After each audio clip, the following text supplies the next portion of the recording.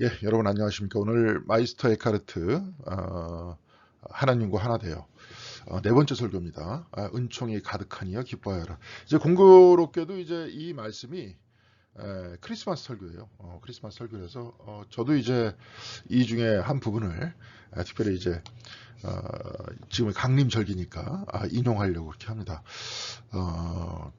수태고지에 나오는 그런 본문입니다. 1급 본문이고 오늘 이제 제가 이제 여기서 하나를 가져왔는데 여기서 마이스터 에카르트의 표현이 이제 God is great underground river 이렇게 돼 있어요. 그러니까 하나님께서는 위대한 언더그라운드 이제 지하의 강이다. That no one can dam up. 그러니까 댐이라는 건 댐이잖아요. 댐. 누구도 막아설 수 없고 no one can stop. 누구도 그것을 멈추게 할 수 없다. 하나님은 계속 끊임없이 흐르신다. 예. 끊임없이 흐르신다 이 표현을 마이스터 에카르트 같은 경우에는 이제 말씀하신다 이런 표현을 쓰기도 하죠. 그러면서 요한복음 1장에서는 말씀이 곧 하나님이다 라는 형태로 씁니다. 그러면서 말씀을 아들이다 이런 형태의 표현들로 굉장히 많이 에카르트는 사용합니다. 그래서 하나님께서는 아들을 낳으신다라고 이야기를 할 때는 요한복음을 염두에 두고 있으면 좋아요. 거의 대부분 하나님께서 말씀하신다. 이런 형태로 에카르트는 말하고 있기 때문에 그래서 이제 우리가 저번에 이제 영성을 공부할 때 창조 영성을 이야기를 했었잖아요. 창조 영성. 창조 영성. 아유. 네. 제가 여기서도 이제 여러 번 말씀을 드리지만 신학이라는 것들은 아유, 죄송합니다. 신학은 구성이라 그랬어요. 무엇을 중심으로 구성하느냐. 그래서 거기서 특별히 이제 마이스터 에카르트를 주로 인용하면서 마이스터 에카르트는 창조 중심의 영성가다 이렇게 얘기를 했었고 누구를 또 거기서 대비시키냐면 어거스틴을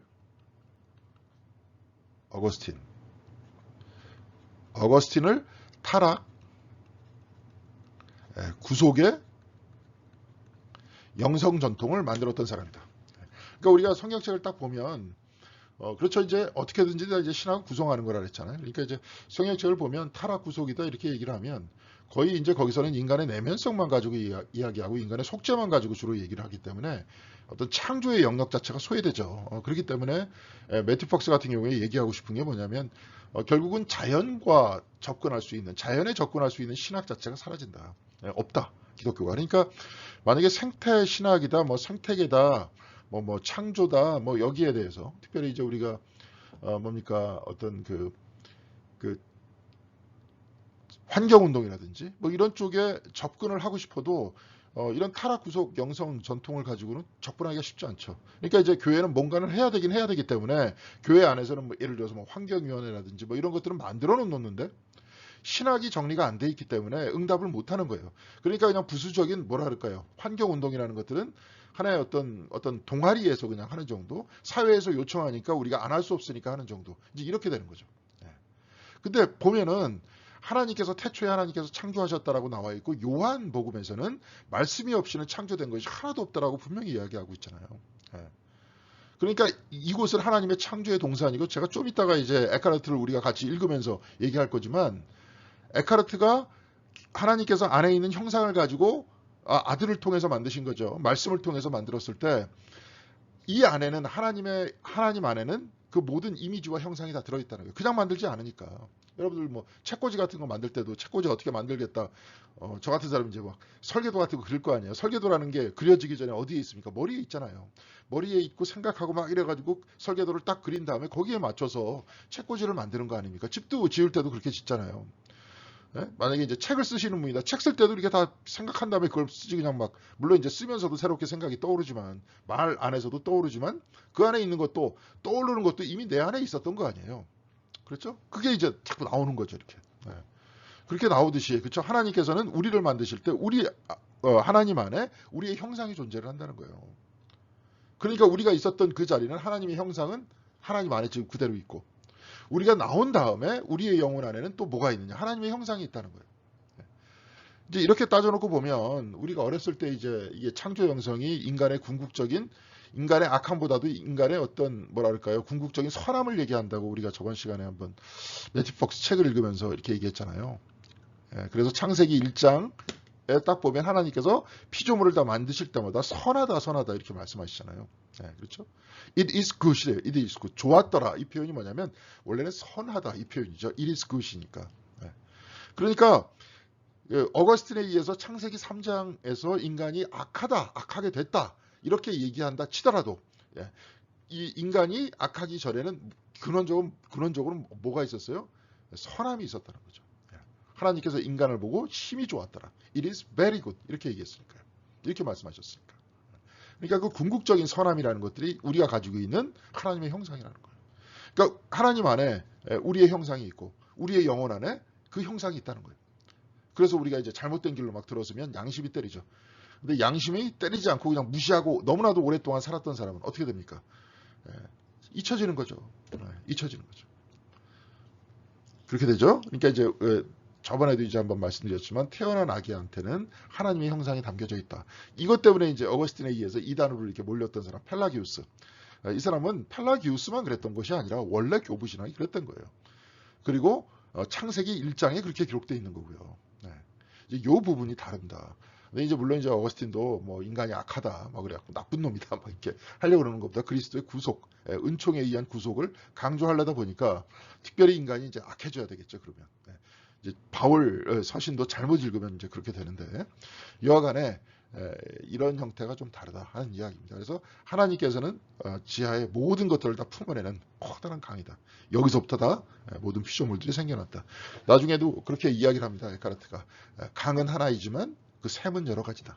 하나님으로 파고 들어가는 샘은 여러 가지지만 그 모든 것들을 품고 하나님께서는 땅 속을 흘러가는 지하의 강과 같이 그렇죠? 커다란 지하수와 같이 모든 것들을 품고 가신다. 이런 내용을 이야기를 하고 있습니다. 오늘 한번 은총이 가득 찬 이여 기뻐하여라. 이것이 이제 여기 안에서 수태고지를 통해서 우리들한테 전해주는 말씀이 과연 무엇인지. 현대적인 해석은 아닙니다. 현대적인 해석이 아니라 중세적인 해석이에요. 그 중세적 해석들을 통해서 그 안에서 우리들한테 던져주는 그 메시지가 무엇인지를 한번 찾아볼 수 있도록 그렇게 하겠습니다. 이제 본문을 보면 이제 본문이 이렇게 돼 있어요. 이제 누가복음 1장 28절에 그에게 들어가 이르되 은혜를 받은 자여 평안할지어다 주께서 너와 함께 하시도다 하니 이게 이제 가브리엘 천사가 이제 마리아를 딱 찾아가 가지고 했었던 그 말이잖아요. 그 말을 이제 쭉 전하는 그런 얘기입니다. 나중에 이제 여기서도 보면 천사의 위계 질서가 있어요. 이걸 이제 이런 뭐 여기서도 보면 이런 세계관, 뭐 이런 세계관 보면 이제 그래요. 이제 좀 이따가 이제 금방 말씀드릴 건데 여기를 이렇게 쭉 보면 천사가 이렇게 꽉 차 있잖아요. 여기가 이제 예를 들어서 지구다, 지구다. 여기서는 또 이제 형상 자체가 다릅니다. 아니면은 하나님이다. 그러면 하나님 이제 마이스터 에카르트의 표현처럼 지하의 위대한 강이다. 모든 것의 중심이 되신다. 이렇게 보면. 여기가 이제 우리가 알고 있는 창조된 세상이다 이렇게 보면 여기에 온 세상을 다 누가 감싸고 있습니까? 뭔가 사람들이 빽빽한 것 같은데 자세히 보면 날개들이 있습니다. 이제 천사들로 가득 차 있는 거예요. 이게 이제 빅년의 힐데가드가 생각했었던 아니면 이제 빅년의 힐데가드가 환상을 통해서 봤었던 그런 거예요. 이 사람 항상 이제 원으로 이렇게 보죠. 원. 하나님의 형상과 이 우주의 형상 전체를 다 원으로 봅니다. 곡선으로 봐요. 다 모든 것들을 포용해야 되니까 품어내야 되니까. 요 가운데 한 부분에 우리가 모르는 하나님께서 계시고 이 온 세상에다 천사들로 가득 차 있다. 이게 중세 사람들이 생각했던 세계관이었던 거예요. 그러니까 우리가 이제 쭉 보면 우리가 그렇잖아요.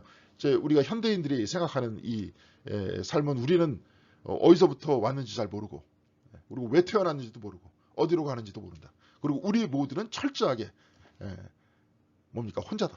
그래서 아예 사르트르 같은 사람은 뭐예요? 타인은 아예 지옥이다. 이렇게 이야기하죠. 모든 사람들은 다 분리되어 있습니다. 그리고 또 점점 이 세상이 이렇게 극단적인 자본주의화로 되면서 집안도 다 핵가족으로 바뀌고 나중엔 돈 문제가 얽혔을 때는 집안 식구들끼리 다 싸웁니다. 그러면서 주변에 아무것도 없어요. 그렇지만 중세적인 사람들의 이 마인드를 보면 다르잖아요. 하나님이 내 중심에 계시고 그렇죠. 우리 중심에 계시고 우리 세상은 천사들로 다 가득 차 있다. 그래서 하나님의 말씀을 전달하는 메신저로 가득 차 있다는 거예요. 이들 통해서 하나님을 통해서 사실은 이제 우리는 천사와 같은 이야기는 잘 안 하니까요. 만약에 이제 우리가 오늘 개신교의 어떤 뭐라 그럴까요?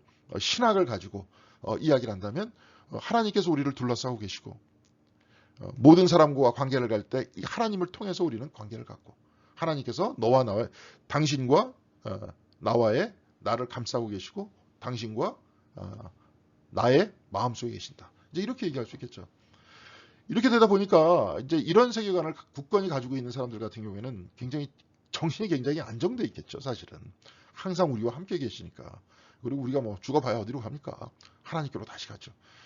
이따도 얘기할 겁니다. 하나님으로부터 왔다가 하나님께로 간다. 그렇죠? 우리는 뭐 예를 들어서 모르는 곳에서부터 왔다가 모르는 곳으로 간다. 상식적으로 볼 땐 그렇죠. 그렇잖아요. 여러분들이 어디서 왔는지 어떻게 알아요? 모르죠. 어디로 갈지 어떻게 알아요? 모르죠. 이게 상식이죠. 근데 그 모름이라는 것들을 가만히 생각해 보세요. 인류의 역사와 이 우주의 역사를 한번 생각을 해보세요. 그리고 내가 여기서 태어나서 숨쉬고 있던 시간을 한번 생각해 보세요. 제가 벌써 이제 만으로 계산을 해도 이제 56세인데 벌써. 56년이라는 세월밖에 저는 바깥에 안 나와 있었습니다. 뭐 예를 들어서 80, 90 산다 그래도 그렇게 산다 그래도 어떻게 되겠습니까? 그냥 앞으로 이제 살았던 것보다 훨씬 짧은 시간을 살겠죠. 그리고 원래 있었던 곳으로 가겠죠. 원래 있었던 곳은 어디입니까? 지금 이 과학적으로 생각을 하는 그 바에 의하면 뭐 137억 년 그렇게 이야기를 하는데 하나님 137억 년을 넘어선 분 아니에요. 영원히 계신 분 아니에요. 하나님 안에서부터 바깥으로 이렇게 나왔다면 어떤 얘기입니까? 영원 속에 하나님과 함께 있었다가 잠깐 나왔다가 이제 다시 영원 속으로 들어가는 거죠. 원래 있었던 곳으로 가는 겁니다. 거기가 실질적인 고향이지 여기가 고향이 아닌 거죠. 우리 장례식 때도 뭐 본향이 어쩌고 막 그렇게 얘기하잖아요. 근데 이제 그런 세계관을 이렇게 보여준 거예요. 그래서 이제 여기서 매튜 폭스하고 루퍼트 셜드레이크라는 사람이 있어요. 이 사람이 이제 물리학자인데 천체 물리학자인데 이제 매튜 폭스하고 대화를 많이 나눕니다. 우리나라에서도 매튜 폭스와 대화를 나눴었던 그 대화록이 책으로 한번 번역이 되어 있습니다. 근데 이제 이게 두 번째 대화록이에요. 여기 피직스 오브 엔젤이에요. 이게 뭐냐면 천사의 물리학이에요. 그러니까 중세적 세계관을 한번 물리학적으로 다시 한번 펼쳐보자 해가지고 루퍼트 셜드레이크 이렇게 쓴 건데 지금 가만히 보니까 여기 이렇게 돼 있잖아요. 여기 이렇게 막 뭐가 이렇게 돼 있는데 이게 이제 천사들이 모양 가운데 하나님께서 계시고 천사들의 모든 모양 속에서 이 모양을 이 나름대로 이제 어떤 뭐랄까 셀 있죠 셀. 우리 몸에 있는 세포 비슷하게 이렇게 딱 갖다 놓은 겁니다. 이게 쭉 보면 이 중세 때 이게 이제 뭐냐면 저기입니다. 바티칸에 있는 베드로 대성당이에요. 베드로 대성당의 꼭대기에 보면 물론 이것 때문에 종교개혁이 일어났죠. 이거 가지고 뭐 면죄부 팔아 제끼면서 성당 질 돈 없으니까 그냥 막 이걸 만들어가지고 루터가 그게 뭐냐 하면서 딱 뛰쳐나온 게 이제 종교개혁이었는데 이와간에 모든 성당의 꼭대기라든지 기독교 정교회, 이제 정교회죠 정교회. 거기서 올소독스 처치라 그러죠. 근데 거기도 꼭대기도 대부분 이렇게 돼 있어요. 중심에 하나님이 계시고 그렇죠. 여기 주위에 마치 천사들이 있듯이 이런 식의 우주적 세계관이 이렇게 있습니다. 이게 이제 꼭대기에 있으면서 우리를 감싸고 있는 거죠. 정교회 같은 경우에는 예수 그리스도께서 이 가운데 계시고 이 주변에 12제자가 쫙 있어요. 그러니까 전통을 중요시 여기니까 거기는 제자 전통. 그걸 중요시 여기니까 이렇게 있으면서 그 안에서 우리를 감싸고 있는 거예요. 이제 이런 세계관 안에 있다 보니까 이게 뭐예요? 굉장히 심리적으로 안정이 돼 있겠죠. 이제 천사란 그런 존재라고 이렇게 바라봤던 겁니다. 우리 주변에 하나님의 말씀을 전하는. 천사가 자체적으로 말씀을 할 수가 없어요. 하나님께서 말씀하시는 거지. 자, 그래서 수태고지를 얘기하면서 하나님의 탄생, 이거 뭐냐면 그리스도의 탄생, 말씀이 우리 안에서 우리의 것으로 탄생하는 거예요. 말씀이 여러분한테 무시하게 떨어집니다. 우리도 뭐 새벽기도 하시는 분들, 묵상기도 하시는 분들, 뭐 현종기도 하시는 분들, 이런 모든 보면 제가 아침마다 이렇게 말씀을 전해 주잖아요. 그것도 뭐 내가 전하는 게 아니라 여기 이제 헤르몬트 묵상집이라고 있어요. 말씀 그리고 하루. 여기 있는 말씀을 제가 쳐가지고 보내드리잖아요. 그리고 또 묵상하는 사람들을 읽으시는 분은 또 그렇게 읽고 주일날 말씀 듣고 속회도 하고 말씀은 계속 떨어집니다. 또 이것만이 말씀이 아니라 이 세상에 있는 온갖 모든 피조물들은 뭐를 통해서 다 나왔어요? 그리스도의 말씀, 즉 하나님의 말씀을 통해서 세상에 나온 거 아닙니까? 그 안에 뭐가 있어요?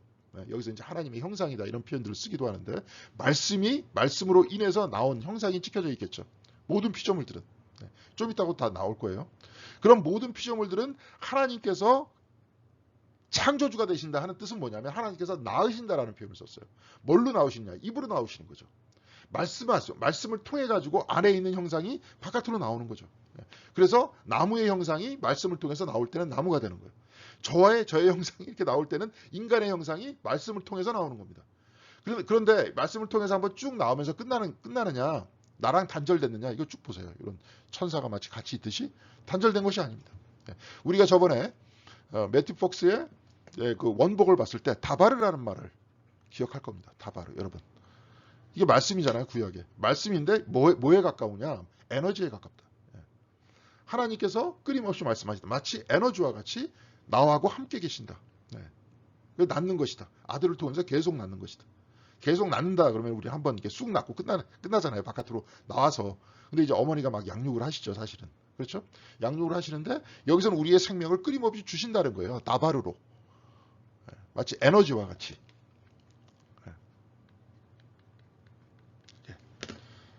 그러니까 우리가 하나님께서 주시는 생명 없이는 우리가 숨쉬면서 못 살아가잖아요. 그러니까 내가 존재하는 것은 저번에도 한번 설교 때 한번 말씀드렸지만 그 사람이 누굽니까? 비트겐슈타인은 내가 하나님이 존재하는지 뭐 어떻게 되는지 난 잘 모른다. 그 사람 분석 철학자였기 때문에 엄밀하다 그랬잖아요. 그렇지만 내가 존재하고 세상이 존재하는 것은 신비다. 왜 존재하는지 잘 모르겠다. 근데 성경책 안에서는 말씀으로 창조했고 그리고 지금도 내가 존재하는 것은 하나님께서 끊임없이 나바르 말씀의 에너지를 우리들한테 주신다. 그런 것이. 그게 이제 하나님께서는 하나님이 되시는 건 뭐냐? 낳는 것이다 하는 거예요. 그래서 지금도 이제 그럼 뭡니까? 말씀이 끊임없이 우리들한테 주시는 것과 같이 우리도 성경 말씀이 하나님께서 끊임없이 우리들한테 주시겠죠. 그렇죠? 그러면서 그 말씀을 받아서 세상 안에 있는 하나님의 말씀이죠. 지금도 끊임없이 창조하고 있으니까 저만 창조하고 있으니까 태양도 창조하고 계시고 끊임없이 에너지를 주고 계시고 그렇죠? 이 우주한테 모든 것에도 끊임없이 에너지를 주고 계시죠. 그러면서 자연을 딱 돌아다니면서 보다가 태양을 봤다. 나무를 봤다. 갑자기 영감이 딱 떠올라가지고 뭔가를 딱 창조할 때 내가 뭘 만들 때 나도 낳는 거죠. 그렇죠. 예술적으로 낳는 거 아닙니까? 인간도 낳죠. 여성분들 낳잖아요. 어머니가 돼서 낳잖아요. 사람들만 납니까? 꽃들도 낳고 그래가지고 씨앗이 나오고 뭐 곤충들도 그 다음에 동물들도 물고기들도 끊임없이 낳잖아요. 이 모든 것들은 뭐예요?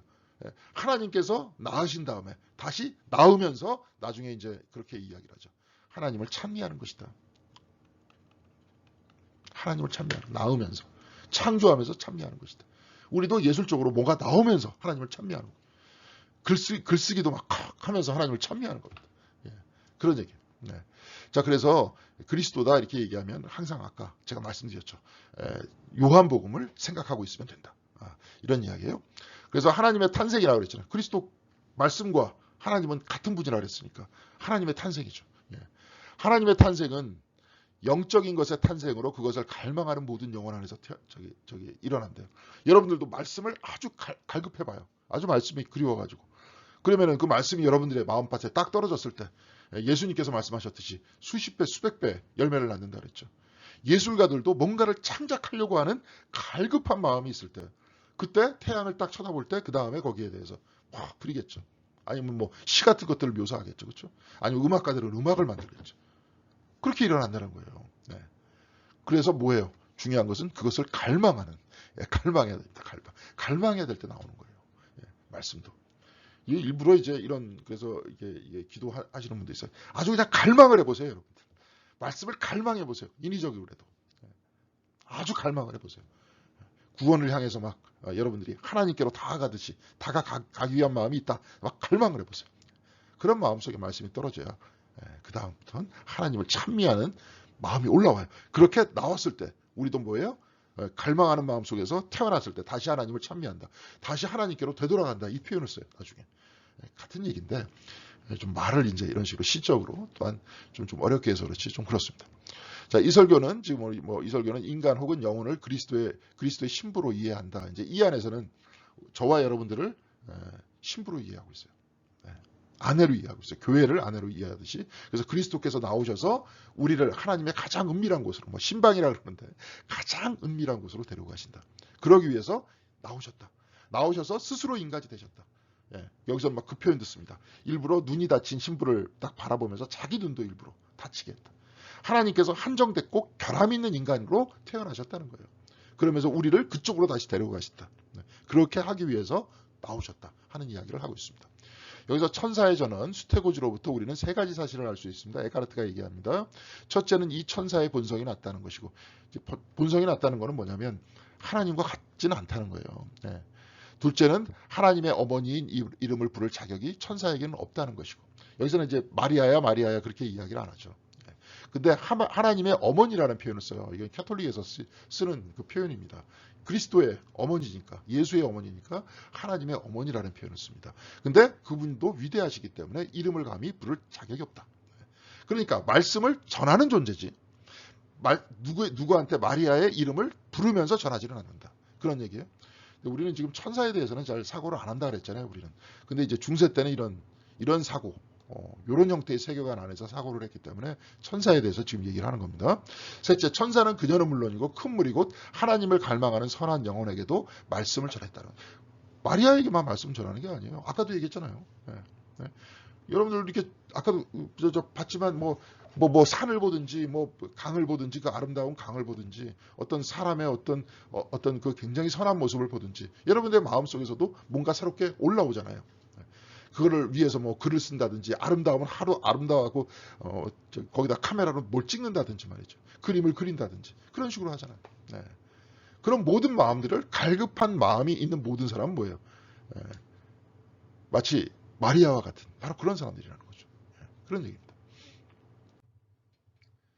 나는 만물과 함께 흘러나왔지만 저도 그렇고 여러분들도 그렇습니다. 만물과 함께 흘러나왔어요. 어디에 있었어요? 하나님 안에 있었죠. 어떻게 흘러나왔어요? 말씀을 통해서 흘러나왔죠. 흘러나왔다라는 말을 이렇게 쓰는 이유는 이게 이제 신플라톤주의의 영향을 받아서 그래요. 그렇지만 여하튼 안에서부터 바깥으로 나왔다 이렇게 생각하면 좋고요. 아버지 안에 머물렀습니다. 난 과거에 머물러 있었다는 거예요. 아까도 얘기했지만 태어나기 전에 내가 이렇게 딱 태어나기 전에 어디에 있었느냐? 하나님 안에 있었다는 거예요. 아버지 안에. 그러니까 아버지께서는 모든 만물을 껴안고 계시죠. 그렇죠. 만물의 근원이 되시니까. 그 모든 근원 안에 제가 같이 있었다는 거예요. 근원 안에 서로 다투지도 않고 같이 있었다는 것은 어디 안에 있었다는 겁니까? 하나님의 사랑 안에 있었다는 거예요. 사랑 안에 있었다. 지금도 보면 이 인간 세상 안에 살면 뭔가 이렇게 해가지고 뭘 어떤 의도도 아니었는데 그냥 그거 듣고 아주 뭐 그냥 뭐 그러잖아요. 맨날 싸우잖아요. 텔레비전만 틀어봐요. 맨날 싸우는 얘기지. 어떤 의도가 선한 의도였을지라도 악하게 들리면 또 악하게 들리는 거예요. 안 좋게 들리는 겁니다. 마치 그렇듯이 그런 식으로 그냥 계속 다투는 세상이잖아요. 세상은 온갖 다툼밖에 없습니다. 사실은 제가 볼 때는.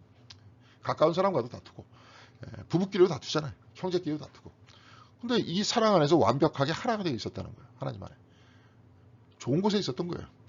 나와서 사실은 별로 안 좋은 곳에 있는 거죠. 다투니까 맨날. 그리고 다시 어디로 갑니까? 다시 좋은 곳으로 가는 거죠. 나중에 이제 이런 모습들이 계속 있다 보니까 이제 그 마이스터 에카르트를 루터파 신학자들은 뭐라고 얘기하냐면 영광의 신학이라는 표현을 써요. 영광의 신학. 너무 이제 좋은 얘기만 한다 이렇게. 그러면서 여기에 반대되는 루터의 신학은 뭐냐? 십자가 신학이라는 거예요. 고난의 신학. 예수 그리스도 십자가 중심의 고난의 신학. 자, 우리들의 삶 속에서도 영광의 신학도 필요하고 고난의 신학도 필요합니다. 영광의 신학이라는 것은 내가 볼 때는 인간의 어떤 선함에 대한 강조, 근원에 대한 선함에 대한 강조, 피조물들에 대한 어떤 강조 이런 것들이 많죠. 근데 고난의 신학이라는 건 뭡니까? 인간의 어떤 죄성 자체를 비판하다 보니까 우리도 물론 죄를 졌죠. 그렇죠? 그래서 이제 하나님께로 나아가야 되는데 이런 부분을 또 너무 많이 강조하다 보니까 또 어떤 얘기가 됩니까? 이제 피조물이라든지 인간 외적인 문제에 대해서는 별 관심이 없었다는 얘기예요. 자, 그렇게 되는 거예요. 근데 이제 사실은 이 밸런스를 잘 맞춰야 된다. 신학자들은 이제 밸런스를 중요시 여기니까 특별히 조직 신학자들은 그런 표현들을 쓰는데 여하튼 간에 여기서 나와 있는 굉장히 낙관적인 얘기입니다. 하나님 안에 있었지만 나왔지만 다시 하나님께로 간다. 데리고 가는 존재 뭐냐? 그리스도다. 마치 하나님께서 우리의 죄를 용서하셨다. 누구를 통해서 용서하셨어요? 예수 그리스도를 통해서 용서하셨잖아요. 여기서는 하나님 안에서 바깥으로 나왔지만 다시 데리고 가는 존재는 그리스도다. 이런 표현을 쓰는 겁니다. 자, 이는 지금 내가 여러분에게 하는 말과 같습니다. 말이 내 안에서 떠오르면, 그렇죠? 잘 들어보세요.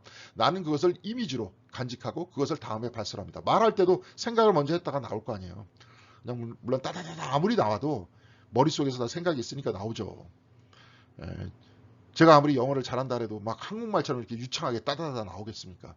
지금 너무 거의 동시적으로 막 나오는 것 같지만 사실은 생각이 있어서 이미지가 있어서 나오는 거잖아요. 그렇죠? 그런 얘기입니다. 뭐 아까도 얘기했지만 무슨 책상을 만든다든지 뭐 책꽂이를 만들 때 그런 머리에 설계도가 있는 상태에서 나오잖아요. 자, 그러면 여러분은 그것을 받아들입니다. 이와 마찬가지로 받아들이죠. 그 말을 내가 받아들이는 거 아닙니까? 마찬가지로 나는 아버지 안에 남아 있었습니다. 뭐로써? 이미지로, 형상으로 남아 있었던 거예요. 그 형상이 바깥으로 찍혀 나온 게 뭡니까? 사람이잖아요. 하나님의 형상, 대로 남자와 여자를 창조하시고 이렇게 돼 있잖아요. 예. 하나님 안에는 만물의 원형이 자리하고 있습니다. 여러분과 저의 원형이 하나님 안에 있는 거예요, 지금. 근데 그 원형은 거기 있고 우리가 여기 떨어져 나왔느냐? 그게 아니라는 거죠. 우리의 영혼 안에도 하나님의 원형이 찍혀져 있다는 거예요. 그럼 우리는 하나님을 어떻게 만나요? 우리의 원형을 통해서 만나는 거죠. 우리의 원형을 통해서 만나기 위해서는 우리는 어떻게 돼야 돼요? 계속 우리는 공부했었죠. 뭡니까? 예, 초탈. 어휴. 어휴. 어렵네요. 초탈이라는 거죠, 초탈. 그쵸? 기억나시죠? 다 버리고 우리의 원형으로 들어가야 돼요. 거기서 하나님 만나는 거예요. 좀 이따 그 사람은 어떤 사람이야? 겸손한 사람이에요. 겸손한 사람한테 하나님께서 부어주신다. 이런 표현을 써요. 모든 사람한테 다 부어주시죠. 네, 부어주시는데 겸손한 사람이 부어주시는 하나님의 사랑. 아까도 얘기했지만 다바르라 그러죠. 하나님의 에너지를 알게 되는 거죠. 네. 자, 아까도 얘기했습니다. 이게 그럼 성육신이 되는 그런 모든 모습은 뭐냐? 하나님께서 자신의 한쪽 눈을 찌르시고 인간의 본성을 취하지 않으셨다면. 그러니까 사랑하는 사람이 있는데 한 사람이 눈이 멀었어요. 그러니까 그 사람을 위해서 내 눈을 찔렀다는 거예요. 그 사람을 사랑하면서. 그러면서 그 사람과 같아지기 위해서. 마치 한쪽 눈을 찌르고 그 아내를 사랑한 그 사람과 같이 하나님께서도 역시 마찬가지로 한쪽 눈을 찌른 사람과 같이 이 세상에서 한정된 인간으로 내려오셨다는 거예요. 그렇게 인간의 본성을 취하지 않으셨다면 인간은 하나님이 자신을 사랑하고 계심을 믿지 못했을 것이라는 거예요.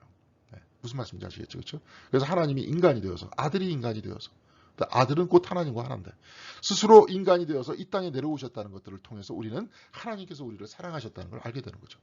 더 리얼하게 얘기하면 아까도 얘기했지만 한쪽 눈을 찔렀다. 그래서 그와 같이 된다. 그런 얘기입니다. 그래서 우리는 어떻게 해야 되는 겁니까? 하나님과 같이 있어야 되는 거죠. 우리 역시 마찬가지로. 하나님의 탄생과 근원으로 회기 한 처음에 요한복음 여기 이분은 이제 요한복음 신학이에요. 우리에게 한 아이가 태어났고 우리에게 한 아들을 주셨습니다. 이사야서 9장 5절에 한 아이가 태어났다 이런 표현들을 쓰죠. 근데 그 표현을 이제 요한복음 1장 1절과 같이 붙여서 한 처음에 우리에게 한 아이가 태어났고 우리에게 아들을 주셨습니다. 이렇게 얘기하는 거예요. 한 처음에 곧 말씀이 있었다. 그러니까 우리에게 한 아이가 태어났다는 건 뭐예요? 하나님께서 말씀하셨다는 거죠. 말씀 신학입니다.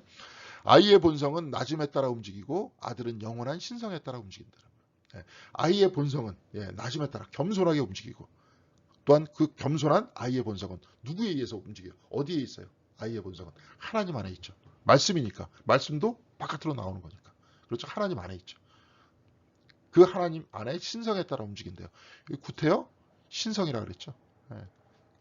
자, 하나님께서 저와 여러분을 만드셨을 때도 저와 여러분의 이미지가 하나님 안에 있었어요. 그러면서 나왔어. 근데 하나님을 넘어선 하나님이에요. 우리가 모르는 하나님이에요. 깊이 있는 하나님이에요. 신성 안에서 삼위는 하나가 된다. 에카르트는 그런 얘기를 하죠. 그러니까 영원한 신성에 따라 움직인다는 표현을 쓰죠. 우리는 하나님 안에서 움직인다고 하지만 여기서는 신성 안에서 하나님 안에서 움직인다. 같은 표현 같지만 하나님을 넘어선 하나님이에요. 우리가 이해하지 못하는 하나님입니다. 그 하나님에 따라서 움직였다는 거예요. 주님께서는. 가장 낮은 곳으로. 그래서 우리는 주님을 만나기 위해서는 어디로 가야 돼요? 신성에 따라 움직인 가장 낮은 곳으로 가야 되겠죠. 이것도 이제 같이 에카르트는 그렇게 얘기합니다. 아까 굉장히 영광의 신학 같지만 가장 낮은 곳을 따라서 움직였다 하는 것들을 이야기합니다. 그러면서 이렇게 얘기해요. 신학자들은 말합니다. 만물은 나음을 향해서 움직인다. 나음이 뭐예요? 하나님께서 낳는 것이 본성이라 그랬죠. 나음을 향해서 하나님을 향해서 움직인다는 거예요. 그러면서 그들은 아버지와 똑같아지고 싶어 한대요. 아버지와 똑같이 낳으려고 한다는 거예요. 그래서 모든 피조물들은 지금 다 낳고 있잖아요. 그렇죠? 그런 얘기입니다. 뭐 낳고 있고 우리가 뭐 직접적인 아이를 낳지 않는다 그럴지라도 저와 여러분 남자들도 그렇죠 예술 작품을 통해서 뭘 낳죠. 뭘 낳잖아요. 태어나게 하죠. 그래서 굉장히 재밌는 표현을 씁니다. 식물의 줄기가 저마다 다른 것은 무엇입니까? 라고 이제 에카르트가 혹시 이게 누군가 나한테 그렇게 질문하면 어떡할까 그런 얘기를 해요. 근데 이제 에카르트가 식물의 줄기가 저마다 다른 것은 무엇입니까? 라고 누군가 질문했다는 거예요. 그래서 모든 식물의 줄기가 똑같은 것은 더 놀라운 일이다. 라고 한 스승은 토마스 아퀴나스는 그렇게 얘기했다는 거예요. 모든 식물의 줄기가 똑같지 않은 것은 모든 식물의 줄기가 똑같은 것이 더 놀라운 일이다. 잘 똑같지 않다라는 거죠. 저와 여러분 다 다르잖아요. 그죠? 똑같지 않은 것은 흘러넘치는 하나님의 선 때문이라. 무슨 말씀인지 아시겠죠? 하나님께서 선하시기 때문에 모든 줄기가 똑같지 않다는 거예요. 이게 뭐예요? 하나님께서는 다양성을 사랑하신다는 거죠. 그렇죠. 그럼에도 불구하고 모든 줄기가 다 다르지만 형상은 같아야 달라요. 같죠. 하나님의 형상 안에서는 모든 여러분과 저는 인간성 안에서는 같죠. 저와 여러분의 형상이 있죠. 형상은 뭡니까? 인간성이잖아요. 제가 인간성에 100% 부합하는 인생을 삽니까? 저는 못하죠. 저도. 진짜 인간의 모습. 하나님께서 우리 인간성이라는 건 형상이죠. 하나님께서 우리한테 부여한 선한 형상대로 우리가 사느냐고요. 못 살잖아요. 근데 그렇게 못 살 때마다 만약에 하나님과 가까워지려고 노력하는, 아까도 얘기했지만 간절한 마음을 가진 사람은, 그 사람은 뭐예요? 양심의 찔림을 받겠죠. 그러면서 어떻게 합니까? 형상에 따라 살려고 하겠죠. 그렇죠? 네. 이것도 마찬가지입니다. 또한 그 모든 사람들은 또 하나님의 형상이기 때문에 뭐가 있어요? 나음이 있다 그랬잖아요. 뭔가를 계속 창출해 내려고 그런다 그랬잖아요. 그래서 우리가 저번 매튜 퍽스의 원복에서 창조의 길이라고 그게 있었잖아요. 어떤 영성의 활동 속에서 예술을 하는 그런 어떤 창조의 길. 우리도 나아야 된다. 그런 이야기 했잖아요. 네. 자, 마찬가지입니다. 그래서 하나님께서 선하시기 때문에 모든 줄기를 다양하게 만드셨어요. 그렇지만 형상은 하나다. 근데 모든 것들은 그 다양한 영역 안에서 다양하게 또 끊임없이 낳게 되는 거죠. 네. 모든 다양한 것들을 포용하시는 분이에요. 하나님께서는. 여러분 생각해 보세요. 꽃들도 이제 백두산에 야생화가 있다 쭉 얘기를 하는데, 백두산 그 야생화 그 밭에 하나의 꽃들만 쫙 있다고 생각해 보세요. 저도 이제 벌개미치를 굉장히 좋아하는데, 그 보라색 꽃 있죠. 이렇게 둥그렇게 이제 데이지 같이 생긴 그 꽃을 좋아하는데, 온 세상이 다 그 꽃으로만 돼 있다 그러면 어떻게 되겠어요? 예. 이런 꽃도 있고 저런 꽃도 있고 줄기도 있고 꽃 모양도 다르고 사람도 각각의 모양도 다르고, 이게 다 이제 하나님의 선 때문이라는 거예요. 다 그것을 끌어안는 거라는 거죠. 하나님은 자신의 선을 만물 속에서 또한 쏟아 부어 주신대요. 안에 있는 형상을 쏟아 부어 주세요. 그러면서 아들을 통해서 이제 그 선을 쏟아 부어 주시는데, 그 선함이라는 것들은 다양성을 포용하는 것이라 그랬잖아요. 네. 그렇게 하심으로써 하나님은 자신의 영광을 더 많이 드러내신대. 그러니까 다양한 것 속에서 다양한 피조물들이 나을 때 하나님의 영광이 드러나는 거예요. 네. 여러분 그렇잖아요. 제가 볼 때는 그럴 것 같아요. 저도. 네. 그림 작품도 내가 고우가 좋다. 온 미술 작품들이 다 고우 작품이다 돼 있으면 어떡하겠습니까? 네. 다양한 예술 작품 중에서 고우 작품이 있어야죠. 그래야지 고우 작품도 살고 다양한 예술 작품도 사는 거 아니겠습니까? 최초의 순수한 식물 상태에서 모든 천사가 하나의 천사이자 완전히 하나이듯이 모든 식물의 줄기도 최초의 순수한 상태에서는 하나죠. 왜? 형상이 하나니까. 형상이 하나고 또한 누가 하나입니까? 하나님이 하나시죠. 한 분이시죠. 그래서 제가 이제 여기서 이렇게 나와 있는 거는 uncaused cause예요. 그러니까 그 이유 없는 이유 이렇게 얘기하겠지만 또 이렇게 될 수 있어요. unmovable mover하고 움직이지 않는 그 부동의 동작. 동하지는 않지만 움직이게끔 만드는 존재예요.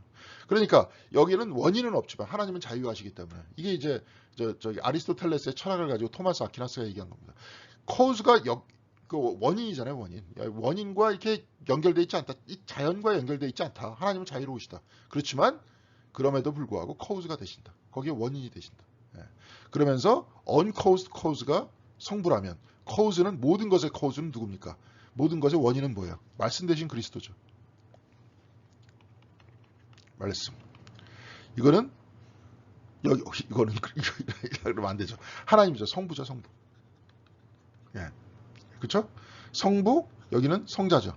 말씀입니다. 이 말씀에 의해서 모든 것들에 또한 cause가 계속 만들어지면서 모든 만물들이 여기 무한대라는데 무한대가 계속 만들어지잖아요. 그렇죠? 예. 그래서 말씀에 의해서 무한대가 만들어지는 것. 이게 이제 부동의 동작은 마치 이제 여러분이 이제 도미노 게임이 있어요. 이렇게 쭉. 그 누군가가 여기서 손이 있어가지고, 여기서 손이 있어요. 손. 툭 치면 이렇게 도미노 현상으로 딱 쓰러지겠죠. 그렇죠? 툭 치시는 존재. 툭 치시는 존재가 하나님이시는, 말씀이 모든 것의 뭐예요? 흐름과 운동의 원인이 되겠죠. 이런 식의 이제 가지고 있는 철학이 그때 가장 합리적으로 성경에 대해서 표현할 수 있는 방식이 이제 아리스토텔레스의 철학이었기 때문에, 그래서 토마스 아퀴나스가 그걸 가지고 와서 그렇게 얘기했던 겁니다. 그렇지만 uncaused cause 안에 이제 우리가 마이스터 에카르트의 모습을 보면 모든 원인이 안 되면서 원인이 되는 부동의 동자 안에 우리들의 형상이 다 들어있다. 이런 모든 모습들이 다 들어있다는 거예요. 하나로 들어있다. 그런 얘기입니다.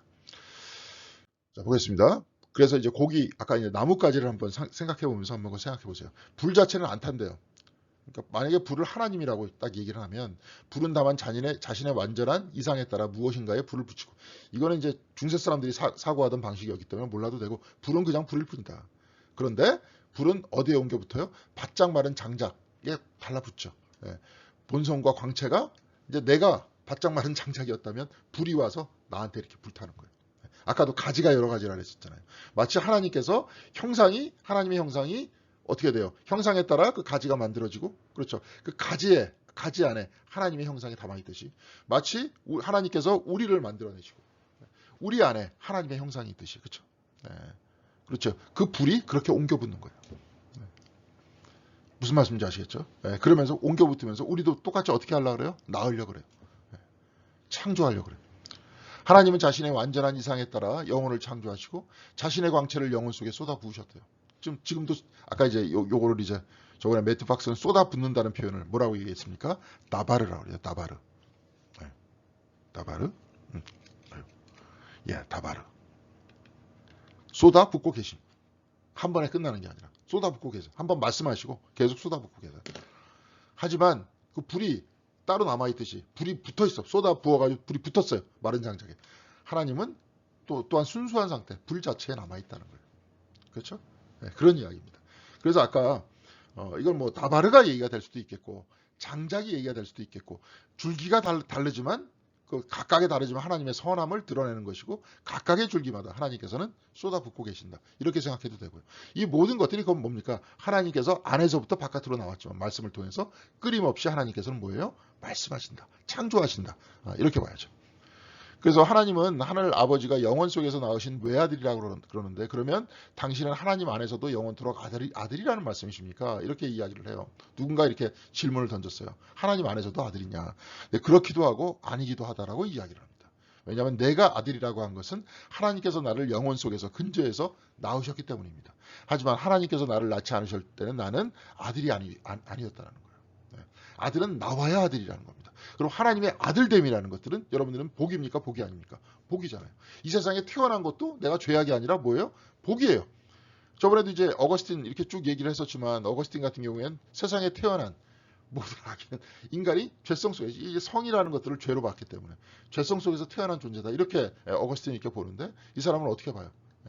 아들이 되는 것으로 이야기를 하잖아요. 바깥으로 나와서 아들이 되는 것이다. 그러면 아들 되기 전에 우리는 어디 있었느냐? 우리는 하나님께서 은밀한 어둠 속에서 영원토록 낳은 외아들이지만 영원토록 영혼 속에 우리는 같이 있었다는 거죠. 모든 광채로 가득 차 있는 태초, 근원적으로 순수한 태초 속에 머무르고 있다는 거예요. 네.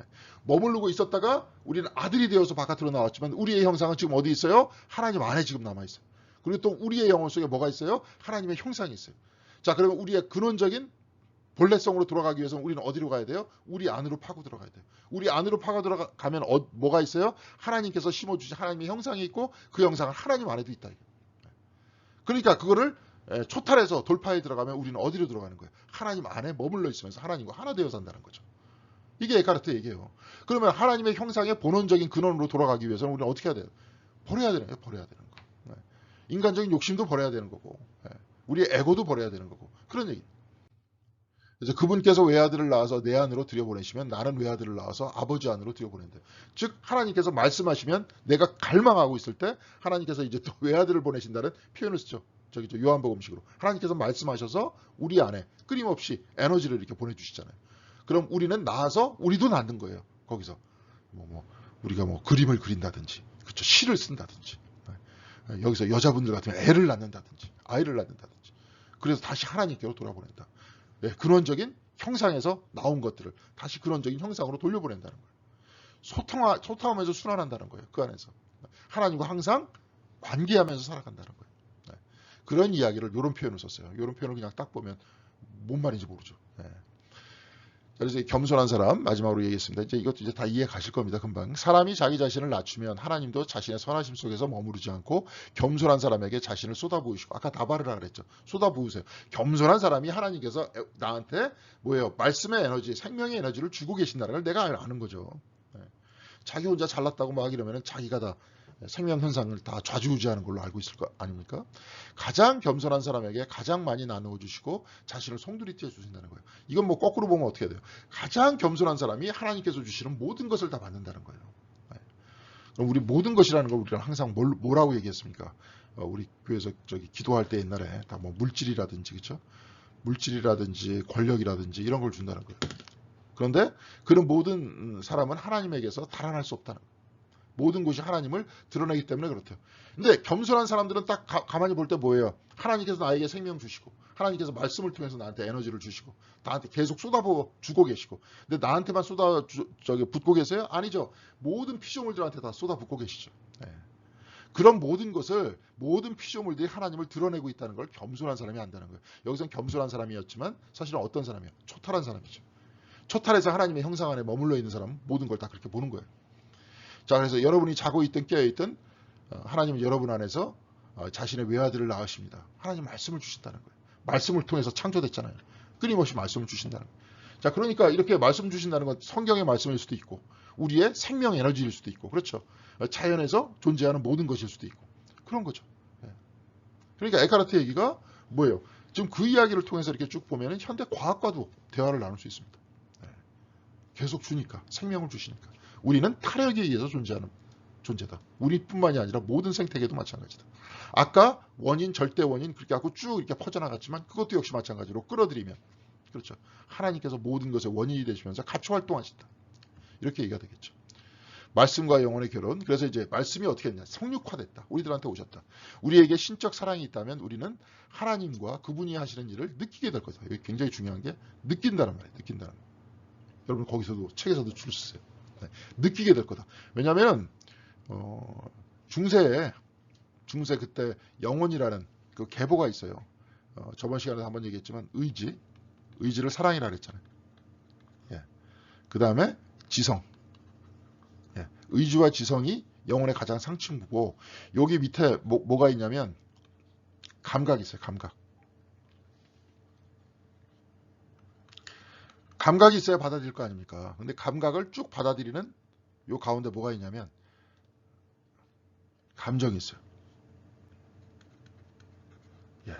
감정을 통해서 의지와 지성으로 들어갑니다. 자, 그래서 순수 의지와 순수 지성으로 들어가기 위해서는 뭐를 억제해야 돼요? 감정을 억제해야 되겠죠. 감각을 통한 감정을 억제해야 되겠죠.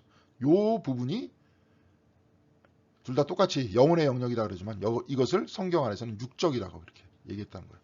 요 의지, 지성을 뭐라고 봤느냐? 영적이다 이렇게 본 겁니다. 그런데 에카르트는 뭘 이야기했어요? 느끼게 될 것이라는 표현을 썼어요. 육체적인 표현입니다. 이건 뭐예요? 육체까지도 끌어안는다는 소리예요, 지금. 우리에게 신적 사랑, 하나님의 사랑이 있다면 우리는 하나님과 그분이 하는 모든 것들을 뭐예요? 느끼게 될 거다. 이런 이야기예요.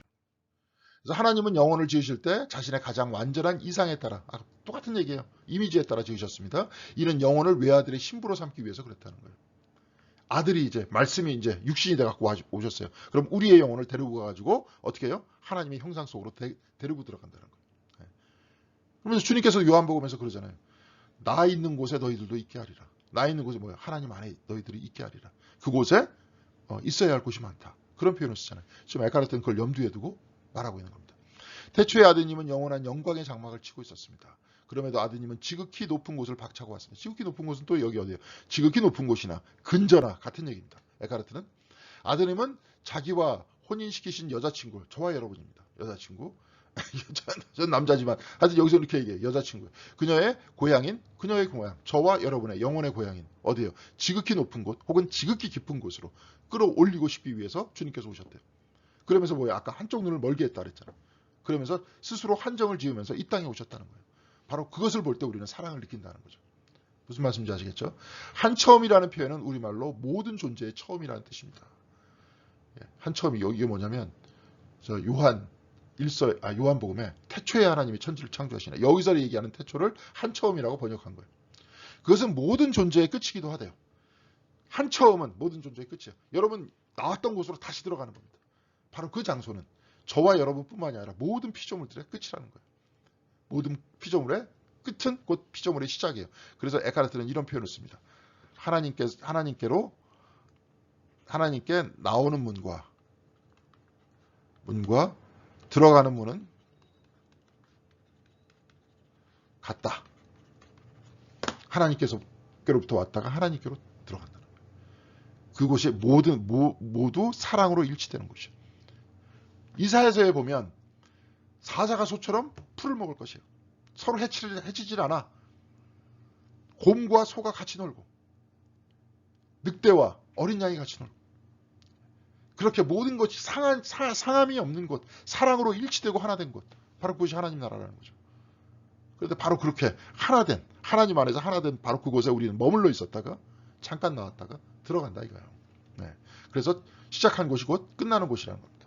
시작한 곳이 끝나는 곳이니까 어떻게 되는 거예요? 순환되는 거죠. 하나님 말씀이 순환되는 거죠. 생태계가 순환되잖아요. 순환을 이야기할 수 있잖아요. 여기서. 뭐 이사야서에서 보면 내 입에서 나오는 말은 결코 헛되게 나한테 돌아오지 않는다. 이런 얘기 하잖아요. 이런 얘기입니다.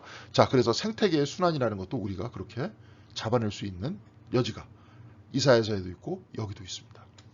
그래서 처음은 최종 목표를 하기 위해서 존재하기 때문에 그렇잖아요. 형상이잖아요. 형상은 그러니까 우리는 형상에 따라 못 살잖아요. 그렇게 되는 거예요.